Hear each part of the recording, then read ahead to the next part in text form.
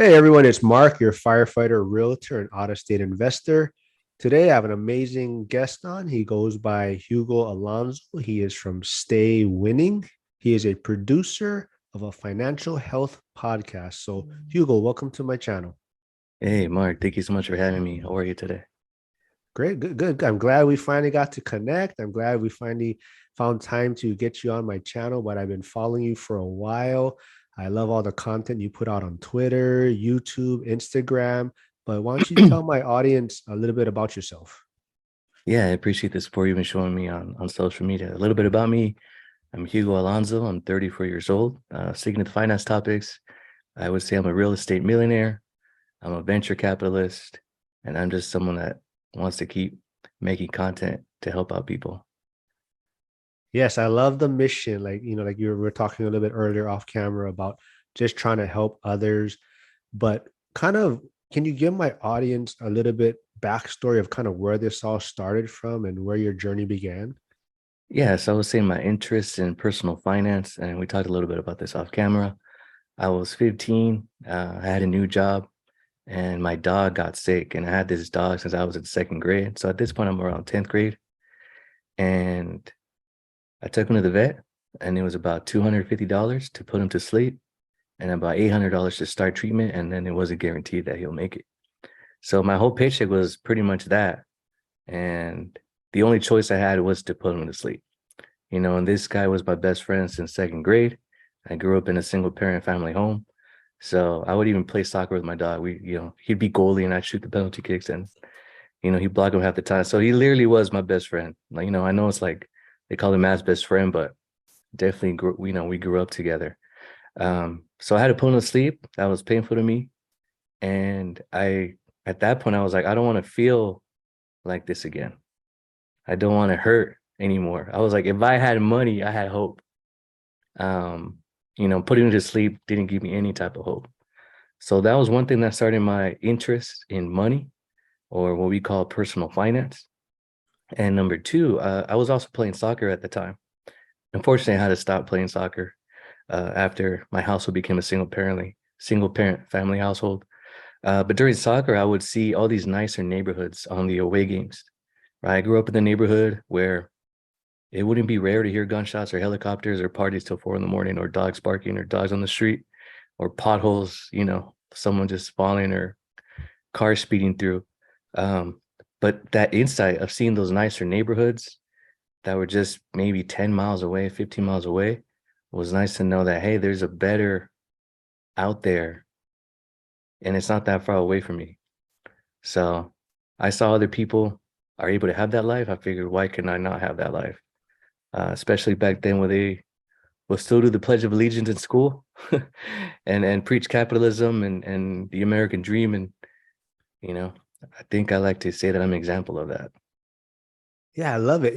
Can we kind of touch on, we talked about it a little bit off camera too, how there was kind of a moment like you're saying personal finance, but as far as working when you were younger, but like I was saying, how most people they would just be like, I'm going to need to work more, get more jobs, but something clicked for you when you saw these other neighborhoods or other kids and what their parents were doing, and how you kind of got started and kind of how that opened your eyes to things. Yeah, so I would go to these soccer games and these parents would be there, whether it be at practice during the week or the games on the weekends, and my parents wouldn't be there. And so I was like, what's the difference? Every adult works, right? What's the difference? So when I was a teenager and then the season would be over or we're just getting started, someone would be like, hey, if you want to work for me, I own a business that cleans offices. You could just help me schedule my appointments and, I'll pay you. Or, hey, I own a couple food trucks. Do you just want to come and take orders? So that opened my eyes to, wow, there's more than just a 9 to 5 as a way to make money. And coming from the culture I come from, that's very rare. Like, I remember still my parents calling me and be like, hey, what are you doing? I'm like, I'm working. They're like, what do you mean you're working? I thought you got off at 5. Well, yeah, I'm still working, like, on my dreams, like on me. And it's a foreign language to my culture to be like, what do you mean you're working? Like, outside of, your 40-hour work week. So that opened my eyes that, okay, there has to be more than just a 9 to 5. Eventually I was old enough to work. And shortly after, I was able to get a job verifying real estate loans. So people that wanted to refinance their mortgage, and this was back in like 2005, 2006. And I don't know if you remember, or for those listening, well, back then, you didn't need a job to refinance. You didn't need income to refinance or good credit or anything like that, right? So it was a booming market. Eventually, I mean, it wasn't the smartest way to lend money, hence why the 2008 crash happened. Oh, it's funny. I see you on Twitter going, those real estate crash pros, or what do you call Well, them? you gotta put them in their place You're once in like, a where those while, right? crash bros at? Yeah. But yeah, so back then there was a real crash, and it had a lot to do with those type of loans where people didn't need to verify their income or their assets or their jobs, and you would just be like, "Hey, I need a loan." And I think there was a quote by someone that said, "If you had a heartbeat, they give you a loan." And Yeah. you can see that in the movie The Big Short. That's a great movie. Um, I feel like we're getting off topic, but what was the question? Shoots. Like, how do we go to real estate, right? Yeah, well, Yeah. let's stop right there and let's kind of touch on like you're right in the middle, it sounds like, of the 2008 crash. And let's just touch on it real quick since you kind of brought it up about the crash bros, everyone talking about, 2008 crash and how things are very similar today. What's your thought on that? Do you see a crash happening or do you see a lot of similarities? I see the similarities in the media and their scare tactics. I know fear sells, right? And especially now, like they can measure the clicks, right? Before you would still get magazines and newspapers, but now it's like a click, right? Or like something on social media.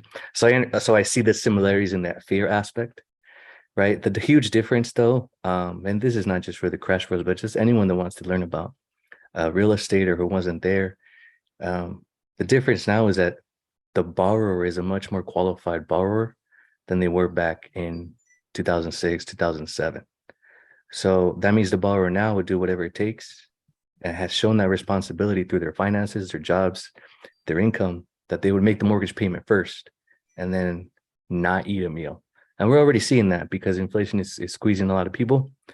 But compared to 2008, that's a difference. The similarities, there's really not that many. There's been an uptick in foreclosures, but I mean, that is like 3, 4% compared to like 35% back then. So like you still have a ways to go. The difference now is that you also have a lot of equity. So if there was a crash, I mean, there's some markets where you can crash 40, 50% and you're still not upside down. See, so back then, right, for those listening is, as I mentioned, you didn't need to verify any income or assets or jobs. It was very easy for your house to become upside down because they didn't require these 20% down payments. So if your house crashed, you were automatically upside down, even if it was just 10%, because you didn't have these huge down payments. Now, inflation wasn't really a thing back then. So real estate is one of the best hedges against inflation. So the more inflation you have, the more your property is going to go up in value. So again, if there's a crash, you may still not be upside down. You can still have the equity and cash out. So the only difference or the only that I see that could make anything happen is probably next week when the talks of the U.S. debt ceiling or going into default. You saw me tweet that around 2011 there was a stock market crash. But again, the stock market and real estate don't really have a direct correlation. Oh, that's So funny because I see those memes. Are like, what were you doing in 2008? Like, oh, I was in third grade or something. yeah. Yeah, well, shoots. 2008. Yeah, were you buying? I actually bought a condo in 2009, Oh, but wow. I kind of tell people honestly, like I had no clue what was going on in the world or finance, and especially being in Hawaii, we're kind of like in our own little bubble out here, and I had absolutely nothing, no awareness of what was happening, in the we call it the mainland, but the housing market, and it didn't really affect out here. We're kind of a little unique market on our own, but yeah, I wasn't aware, and now I always tell people, like, as far as finances, money, real estate, it's only been really the past 3 4 years that I've really gone down this rabbit hole, and it's my eyes have just been open to like everything, how we're not taught a lot of this stuff in school as we grow up, Oh and yeah, we're kind of just put down this path to be employees and workers, and put money in our 401k. But I'm so amazed at your story that you started at such a young age, and that, like you said, like how you just picked up on seeing these other parents and like, hey, how come they're able to attend these events all the time, and they have businesses, and that there's definitely a different um path out there. We don't all have to be employees, but exactly. picking that up at such a young age. But let's kind of go back to the fact that, like you said, you were doing kind of loan type things during the 2008 crash. Were you actively buying also at that time? No, so up until so I turned 18 in 2006, right? So the subprime market crashed like that year. I didn't turn 18 until November of 2006.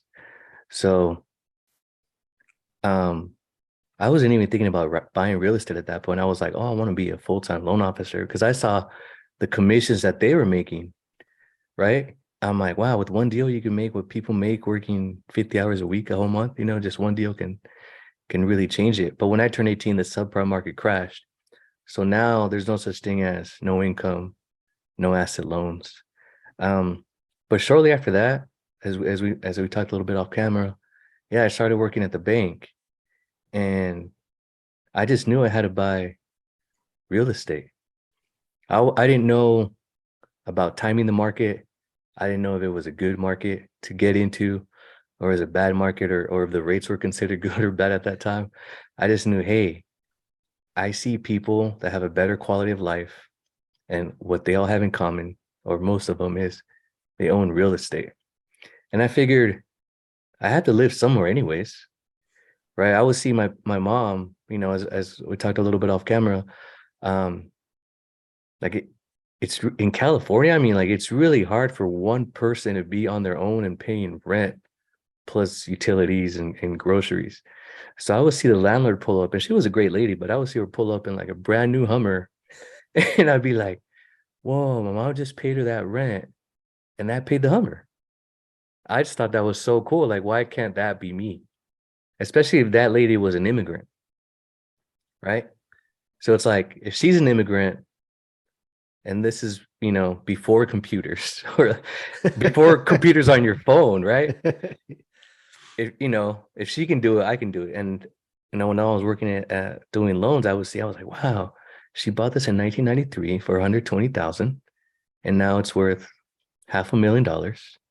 And she has three of these, and she has two bars, and the portion that my mom pays for the Hummer. And I'm Yeah, like, that's funny you mentioned that, because one of my friends who I interviewed, one of my first interviews, but he was in college in Washington, I believe, and they had like 10 roommates living in one place, and yeah. like you said, the landlord would come up and pick up the rent every month. And then when he had, some of his friends were moving out, they had to find a different place because they had less people. And the other place he moved to, the same landlord pulled up Oh yeah. to grab the rent. And he was just like, all right, I want to be that guy.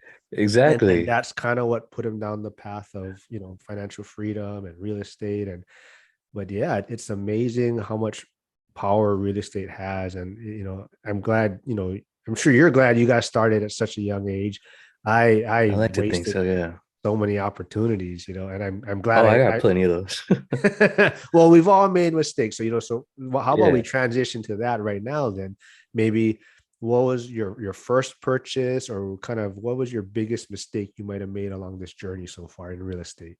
Yeah, so we'll transition to that first purchase. And then just to touch on your friend, I think it's very good that we were able to see a landlord still come and collect rent, because Huh. back then you didn't have Zelle, right? So it's like now that I think about it, I'm like, how will that have influenced me now versus seeing it then pull up in a Hummer and then get the cash in hand, right? So I figured eventually as an adult, like some of my friends were privileged to go to college out of state, and their parents would pay for their apartment and their school, you know?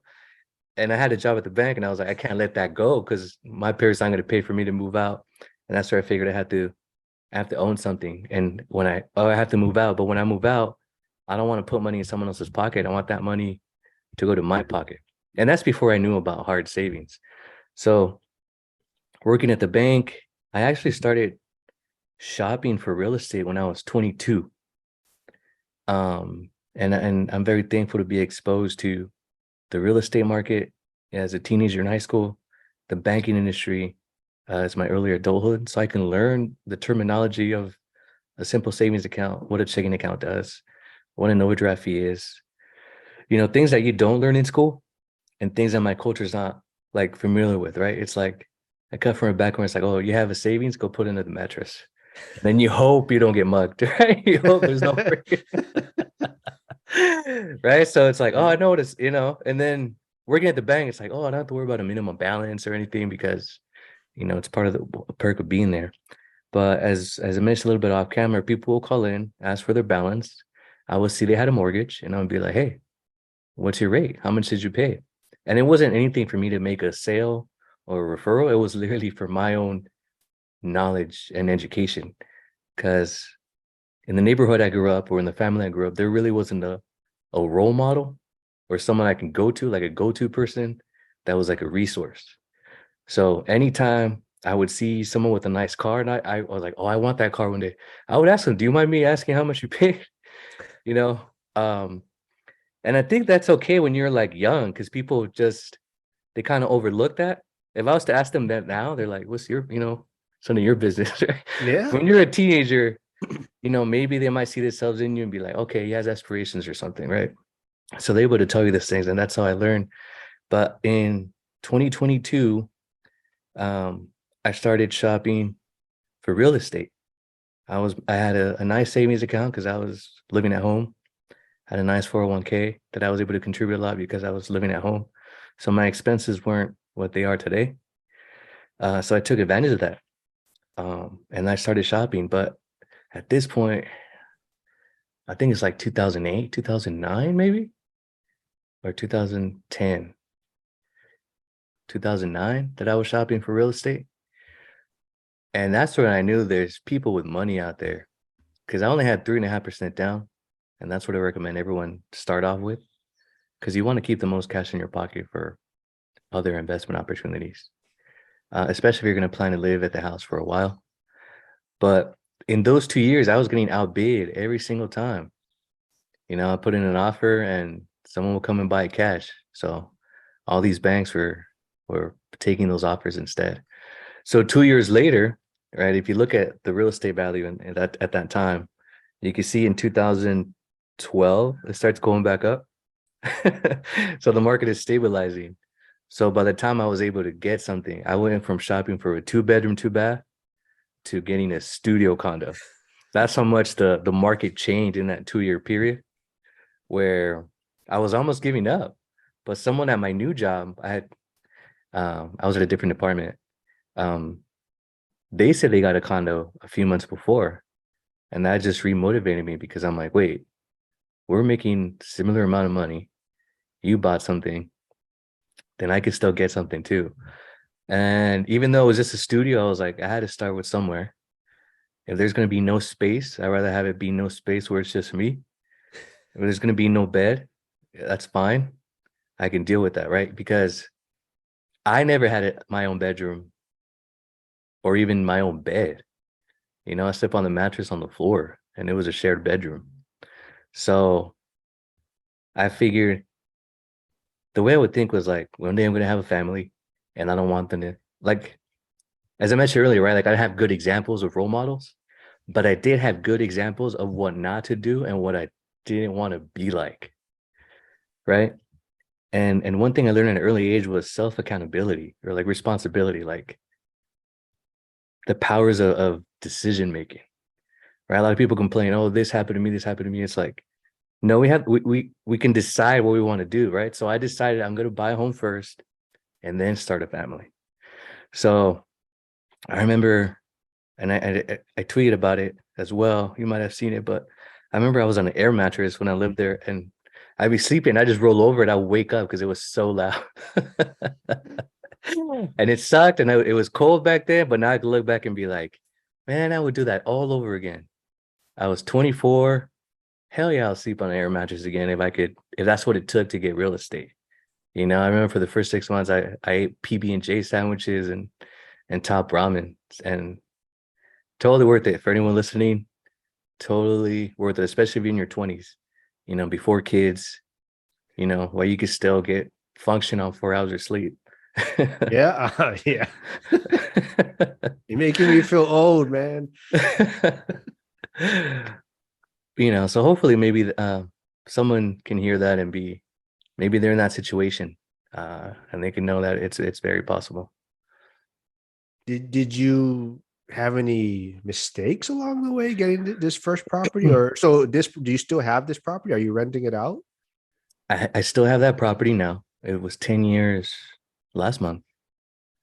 And I am renting it out. As far as mistakes in the process of that, I think I trusted the wrong people. Now I know that you can actually get your money back from escrow.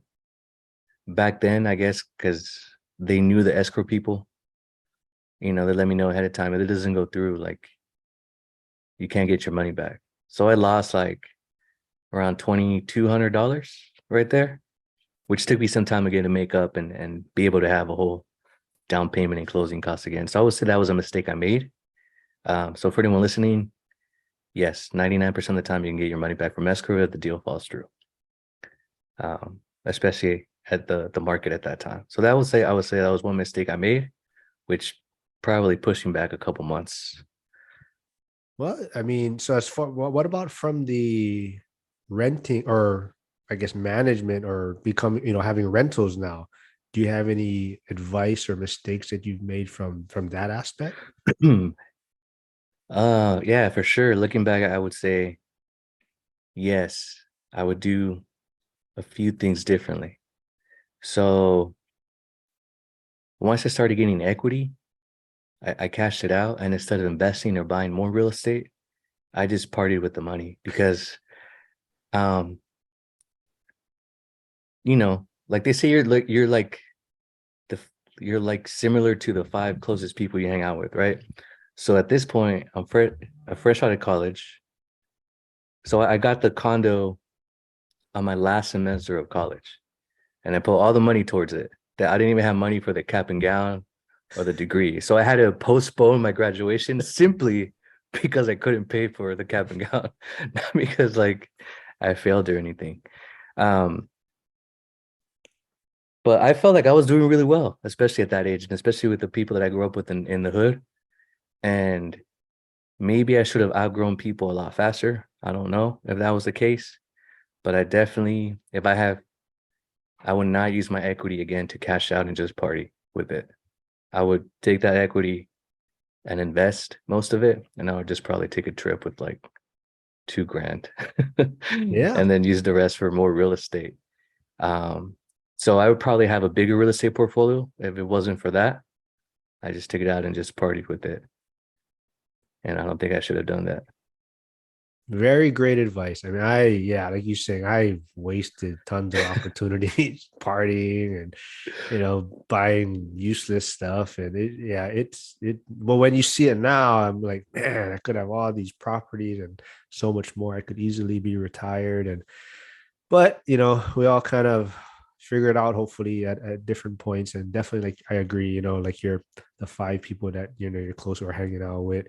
And sometimes it doesn't mean that you're not going to be friends with these people anymore. It's just Yeah. your visions might be aligned differently, and that's kind of what I tell people. It's a little bit challenging for me sometimes at the firehouse. I love these guys.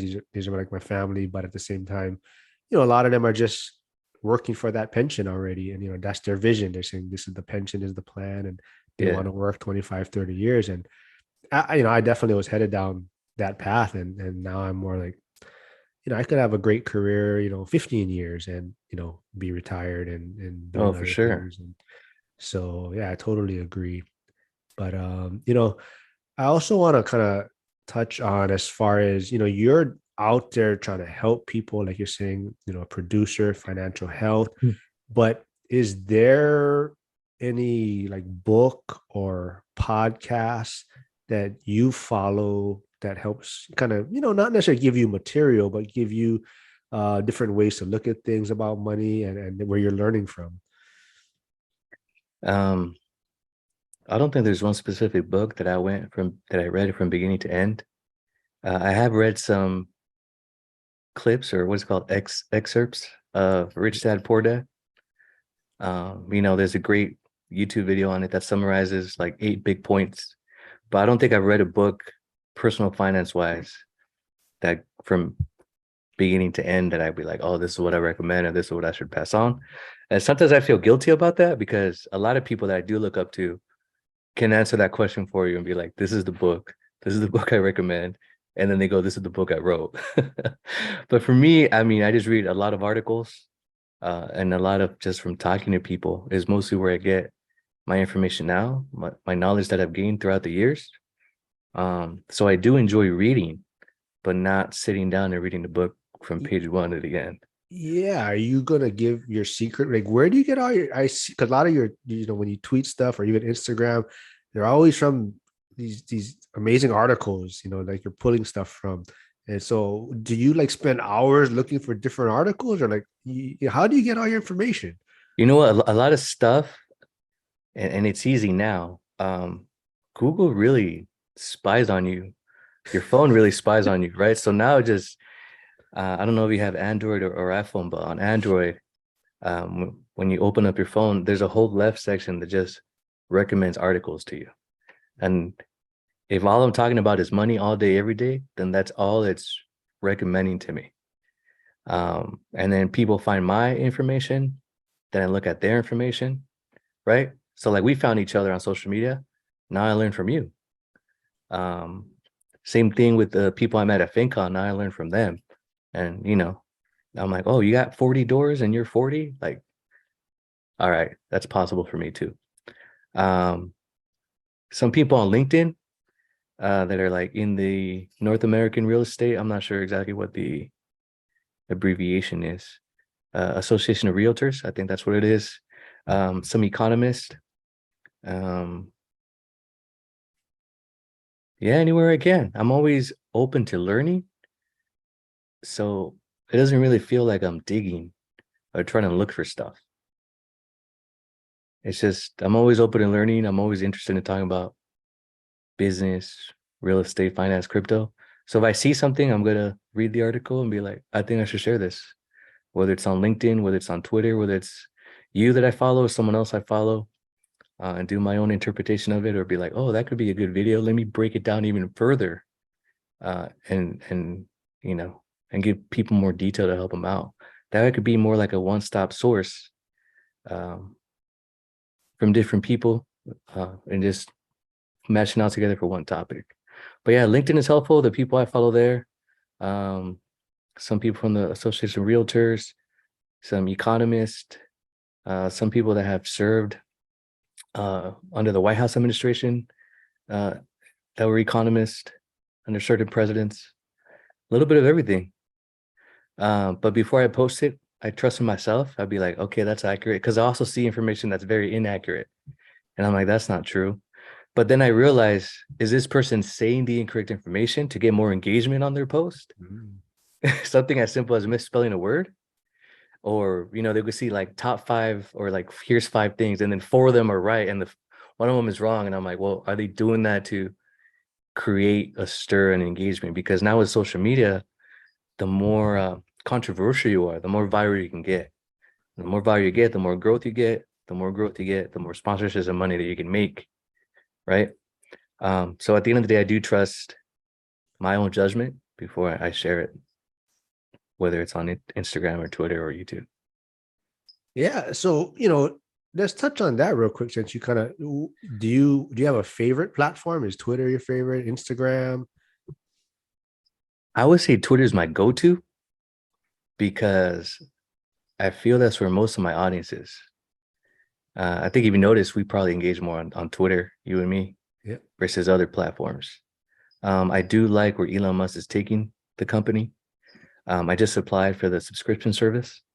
So if that gets approved, I want to start for my subscribers, just start doing spaces only for them, threads only for them. If you notice, I haven't made a thread. My tweets are like 1 or 2 sentences long, but people want more, right? And so I do want to give them more and actually break down a thread because there's other people that prefer to only be on Twitter. They don't want to follow me on YouTube. It's really hard to get the 2, 3 thousand people on Twitter to be 2, 3 thousand subscribers on YouTube, right? Oh It's like yeah. one, I have 700 on YouTube and like 2,500 on Twitter, and it's not all of them transfer over, right? So I appreciate them just as much. So I do like where Elon Musk is taking Twitter and it provides an opportunity to dedicate more time to it. But luckily, I'm blessed with a job where I can record while I'm at work. Hopefully, they don't see this interview. And the voice. I always tease you about, you have this amazing voice, Thank you. for YouTube podcast. But let's stay right here real quick. So let's do a little selfless promotion. Where can people find you? What platform or what's your name on there? Oh, you know what? I pulled out the shirt and I'm glad I pulled out, I just pulled out a black shirt and this is the one that came out. So everyone can follow me at Stay Winning Pod across all platforms. Not TikTok though. I don't like TikTok. I'm out of TikTok. But Twitter, Instagram, YouTube, and I talk about everything real estate, finance, business, and crypto. So eventually, I hope I can keep people more up to date because I do have a 9 to 5 right now. I love it though. So even if I get monetized on YouTube or Twitter, I don't have no plans to leave my 9 to 5 anytime soon, especially because banking lenders, mortgage lenders like seeing W-2s for loans. Well, so while we're here, also, where did stay winning come from? Does that have any meaning to it, or like, how'd you come up with that? Well, I think it's true that you get paid to how much based on how much value you can add to people, right? And a lot of the good names were already taken. I mean, you've seen some other names like Price of Avocado Toast. I'm like, oh, that's a cool name. And Delta CZ, I'm like, oh, that name's so cool too. And it's first alphabetical. So depending on the search engine, it might throw that one first just alphabetically. I think it was just a little bit of me, uh, love for rap music. I mean, I like all kinds of music, but I think when I came up with it, I was in the zone with rap music and it just sounded more like a rap thing, stay winning, a thing from the hood, where I felt maybe that's where my honest would be the most to see someone from the hood be like, stay winning, you know? I like it. Yeah, if I was gonna start over too, I'm like, I think I want to, because at first, I put, the financial firefighter thing, and I had the F.I.R.E. for the fire, and I'm like, oh, that's just too much things to type in, and I should have made it more simple. So I don't know. I may change it because my audience is small. It's not like yours yet. So I think changing now wouldn't be a big, slow me down or anything. It's just kind of get everything kind of set up a lot better. So I'm kind of contemplating that. But Okay, nice. what's the end goal for you? Like you just mentioned, you have a 9 to 5, but you still enjoy working there. I mean, are you, trying to get a certain amount of rental properties? I know you also do crypto, but kind of like what's the end goal for you? So I'm not sure at what age I came across this picture, but it really stood out to me and I shared it on Instagram. So it's work your, and not in exactly in these words, but work your ass off while you're in your 20s. Use that money to make you money while you're in your 30s so you can chill in your 40s. And that has really, really stuck to me. And as I mentioned the soccer before, like I want to be that parent where I can go to the soccer game or go to their stupid Christmas play. That isn't going anywhere, it doesn't matter. But to a kid, it just matters so much if you're there. Yeah. Um, I just so signed up for my son's water play end of school day for Thursday. So I'm going to be doing that, throwing that's water awesome. balloons at kids. Yeah, see, that's awesome. Like Yeah. that's it just means so much to them if you can do that. So yeah, the end goal is definitely not to work till 65. Um, So the way I see it, ideally, and I've always made my money moves after the mistakes. I made my money moves as if I was gonna have children one day, right? What kind of life? And you can see my pinned tweet, right? Like we set up the stage, we build the nest of what kind of world we're gonna bring our children into, right? And in my culture, I see a lot of people be, "Oh, I'll do anything for my kids." But no one in my culture, or at least a majority of people, even family members, we don't get rich for our kids and we don't stay healthy for our kids, right? And everyone's getting older, right? And the less money you have put away and the less you took care of their health, the bigger of a burden you become on your kids. And I definitely don't want to be that. So I play You know, around with this part of, number. Huh? no, sorry. Well, yeah, I thought go ahead, go ahead. Oh yeah. So I throw this number out. And I probably gets more serious as I throw it out, but if I could have 30 doors, I would probably say, okay, that's enough real estate. And I say 30 doors because I want to get paid every day of the month. Like there's no reason why I should not get paid every day of the month. Other people are doing it. Why can't I do it? Right? Especially if I have real estate in California. I could sell one here and buy five more somewhere else, like in a year. Yeah. Right? So there's no reason why I should not have 30, especially if I started at the age of 24. So that's one goal. Number two, I probably don't want to work 9 to 5 anymore by the time I'm 45, because I do want to be available for my spouse, my kids. Not that I have any now, but I want, you could always make money, but you can't always get time back. Yeah. If there's something I value more than money, it's time. So if I can retire by 45, the only way I'm going to do that is by making more money while I sleep. So I figured if I can get monetized on YouTube this year, say I have 1,000 videos uploaded in like the next 2 years, and each one makes me, I don't know, 10 cents a day. Each video makes me 10 cents a day. What's that? That's like $100 a day, right? Without me doing anything. Yeah. On top of someone paying me right on the first, I'd be like, your rent's doing the first, your rent's doing the second, your rent's doing the third. So every day I don't even set an alarm. I just wake up, ding, deposit. I like it. That's so calculated. I mean, I'm doing the YouTube because I enjoy it so far. I'm trying to build my brand for, for the real estate side too, but I Yeah, never really saw someone break it down to like, like you say, how many videos, whatever, 10 cents. And it kind of gives me a little better idea of like what I'm actually doing for I mean, right now I'm doing it because it's actually fun. I like meeting people like you and it is talking fun for story. sure. Yeah. But yeah, It that's is fun. amazing. It And is. I've seen your content get better too. I Wow. remember I once mean, it couldn't get any worse. Like I tell everyone, don't watch the first couple. They're horrible. But when yeah. now that you bring that up, let me show the people that are listening. Don't be scared to be seen starting from the bottom. I hope if anyone takes the message, it's that this is probably the most vulnerable I've been, the most open I've been on an interview.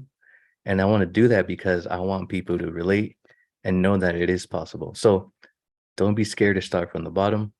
Don't be scared to be seen starting from the bottom. We all start with 0 subscribers. And if you have 5 subscribers, there are 5 supporters. Keep going. Like, that's Well, fine.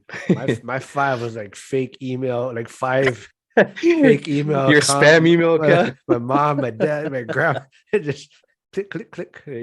But maybe after the first 10 are like real Hey, subscribers. the But first 5 likes are on me. yeah, yeah. But The first three retweets are on me. yeah. But like you say, Yeah, you gotta start somewhere. And don't be afraid to start from the yeah, bottom. So if you're out eating and that's what you like to do, I mean, all you need is your phone to make money nowadays. Record yourself, say how delicious burger is, upload it. Don't care if you look silly. Don't care if you think only 2 people are going to watch it. Everyone starts like that. There was times where I wanted to give up and I wasn't being consistent because I'm like, oh man, 20 people, yeah, that's nothing. But no, they're out there, they support you, they want more.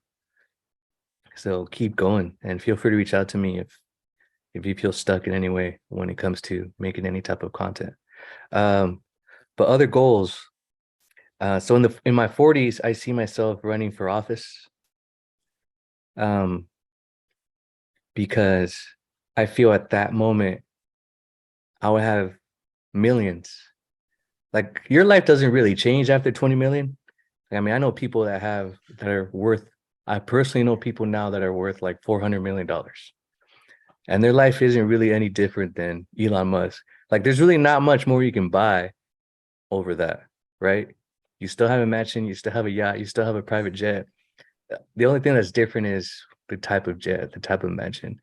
But then again, you don't need 20 bedrooms. You're fine with five, you know, And an air mattress, maybe, right? Like, and an air mattress. Yeah.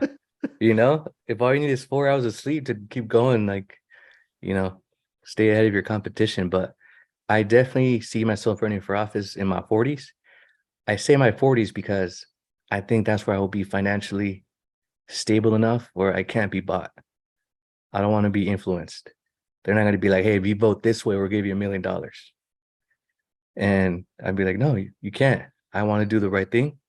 I've had opportunities now, even in the mortgage industry back then, to, I guess, screw people over and get ahead, whether it was in career or with money. And I never did it, even though I had the need for that money at that time.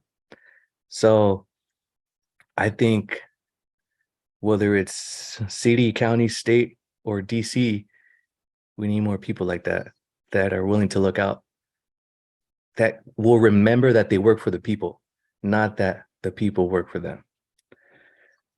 So I see that happening in my 40s. That's my goal, hopefully. I'm not afraid of the deep state or whatever.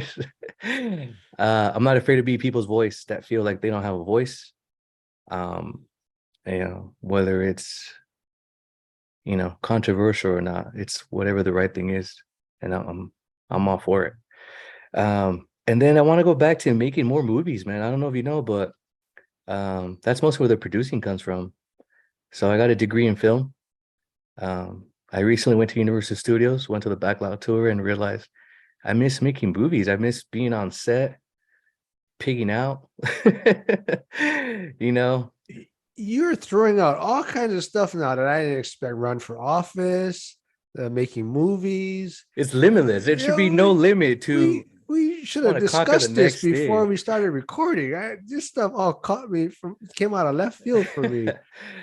Just want to, I feel like there's always something new to conquer, right? Like once I have those 30 doors, okay, maybe I'll help someone else get their 30 doors, right? Like I don't need 35 doors. There's only 30 days in a month. Like that's fine. Because that's one source of income. YouTube will be another source of income. Twitter's another source of income. My 9 to 5 is another source of income, right? I get commission on the back end. So I have commission waiting for me 2 years from now that I'm already like, all right, what am I going to do with that? So if I can keep pushing that pipeline and get that big commission down the line, I could just keep going there faster. Um, yeah, so limitless, man. If I could buy a soccer team, I want to do that too. Whether it's a fourth division team in Italy and then, we win our way top to the Serie A or a seventh division British team and just win all the way up to get to the Premier League, like, or somewhere in Central America or, a second or third division team here, whether it's men's or women's, like it doesn't matter. I think, yeah, I have so many goals, man. Like a lot. Man, we're gonna have Like to I just get you can't on stop. for, let's see, when you get monetized. What was it? Run for office, producing movies again, your soccer team. If we get you back on for all of those. But so you're in California, right? I'm in California, Orange County, yes. Man, so you're gonna run. You might have a lot of work ahead of yourself. You're gonna run. You might have to make a lot of changes if you get into office there. But I wish you the Yes. best. I hope. I mean, you'd be amazing at the job. I'm sure. Thank you. But Appreciate yeah, that. we'll have you on again. This has been so much fun. But before I let you go, and hopefully this is not going to throw you out, but you'll see all the superheroes in the background. And I like to ask my guests, is there like any superhero that they relate with, or is there any superpower that they think they have that has kind of helped them in this journey for like financial freedom? I like that, man. So you have DC on one side and Marvel on the other side. Yes. All right. Which one do you prefer? I'm a Marvel person. Okay, okay. So I'm actually more X-Men. Like I grew up really liking the X-Men. Oh, nice, Yeah, nice. yeah. Okay. Yeah, that's a good series. So if I had to pick a superhero that I relate to or a Well, superpower, yeah, you can do both if you want. see, so I'm not really familiar with the comics. Oh.